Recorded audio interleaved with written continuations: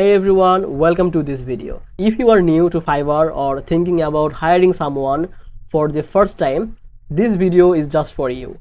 Fiverr is a great place to find freelancers from all over the world. You can hire people to help you with design, writing, editing, marketing, almost anything. But if you are not careful, you might choose the wrong person and waste your money. So, how do you find the best freelancer without getting scammed? Before we start, make sure to check the description below. You will find a helpful link. First, take your time and read the seller's profile carefully. Look their reviews, their work sample, and how long they have been on Fiverr. Don't just go for the cheapest gig. Sometimes cheap means low quality.